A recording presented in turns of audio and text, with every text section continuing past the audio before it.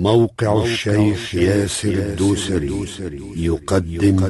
الحمد لله رب العالمين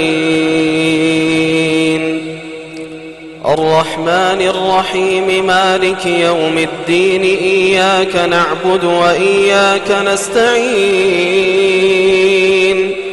اهدنا الصراط المستقيم صراط الذين أنعمت عليهم غير المغضوب عليهم ولا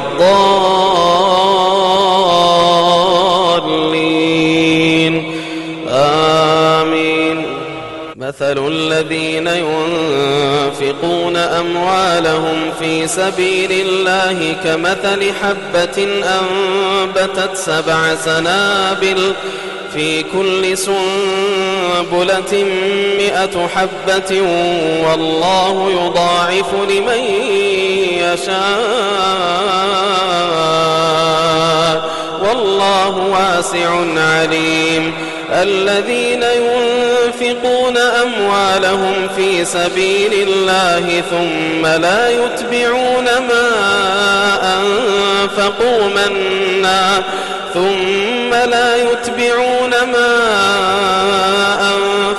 منا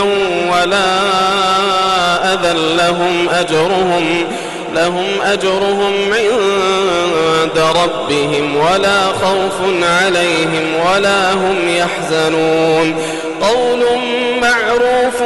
ومغفرة خير من صدقة يتبعها أذى والله غني حليم. يا أيها الذين آمنوا لا تبطلوا صدقاتكم بالمن والأذى كالذي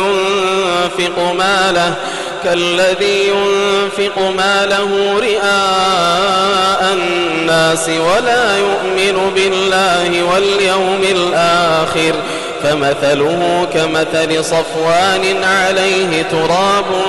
فأصابه وابل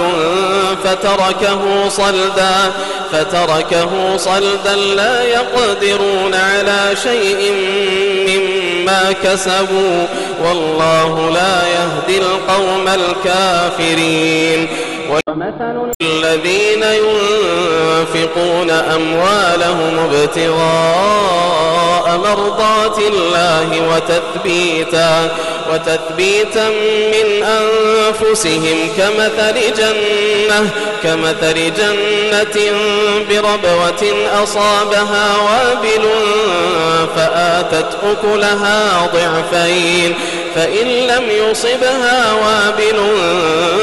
فطل والله بما تعملون بصير. أيود أحدكم أن تكون له جنة من نخيل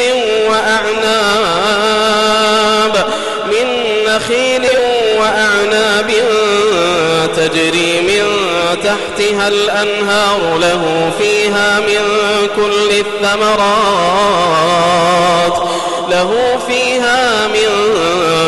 الثمرات وأصابه الكبر وله ذرية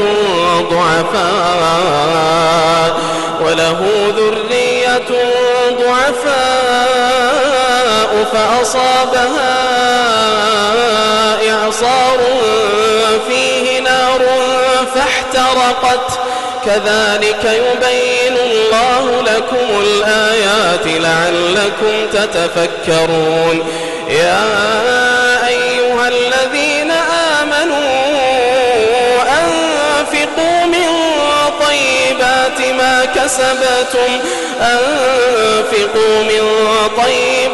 ما كسبتم ومما أخرجنا لكم من الأرض ولا تيمموا الخبيث منه تنفقون ولستم بآخذيه إلا أن تغمضوا فيه واعلموا أن الله غني حميد. الشيطان يعدكم الفقر ويأمركم بالفحشاء والله يعدكم رحمة منه وفضلا والله واسع عليم يؤتي الحكمة من يشاء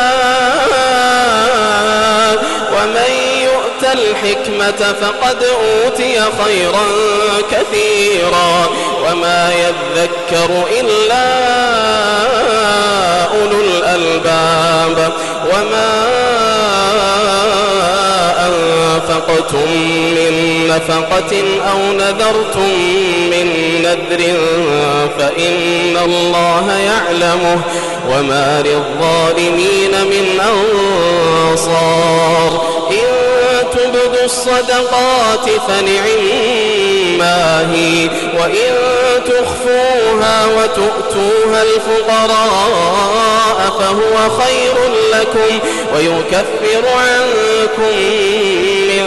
سيئاتكم والله بما تعملون خبير ليس عليك هداهم ولكن الله يهدي من يشاء وما تنفقوا من خير فلأنفسكم وما تنفقون إلا ابتغاء وجه الله وما تنفقوا من خير يوفى إليكم وأنتم لا تظلمون للفقراء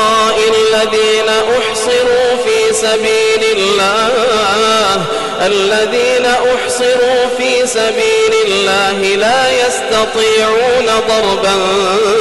في الأرض يحسبهم الجاهل أغنياء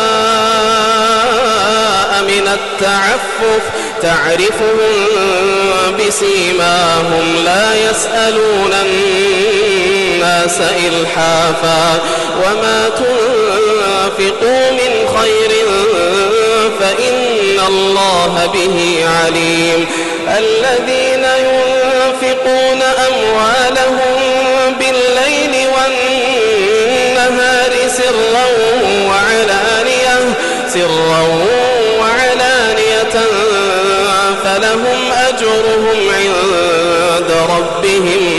فلهم أجرهم عند ربهم ولا خوف عليهم ولا هم يحزنون